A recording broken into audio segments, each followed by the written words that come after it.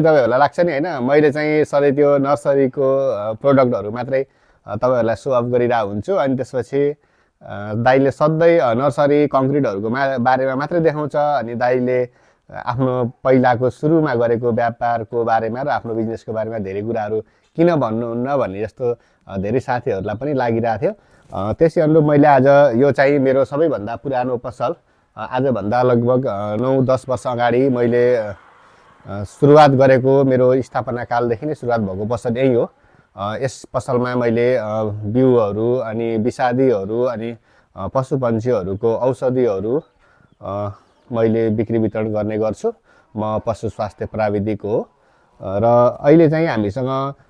थुप्रै नयाँ प्रोडक्टहरु आएको छ र त्यो प्रोडक्टहरु मध्ये म 2-4 वटा चाहिँ हजुरहरुलाई जानकारी दिन चाहन्छु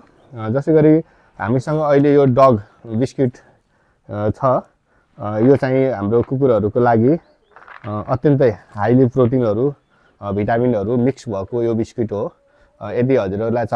आवश्यक छ भने हामीले यसलाई खोलेर पनि बिक्री वितरण गर्ने गरिरहेका छौं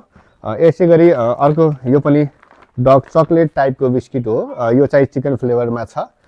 मैले चाहिँ एउटा इन्ट्रेस्टिङ कुरा के छ भने अस्ति यो हामीले खोलेर बेच्ने भनेर यो चकलेट बिस्किट चाहिँ बेच्दै थियौं अनि मैले वेटिङ गर्ने क्रममा एकजना यो बाहिर खसेको थियो अनि एकजना दाइले चाहिँ यसलाई उठाएर खानु भयो के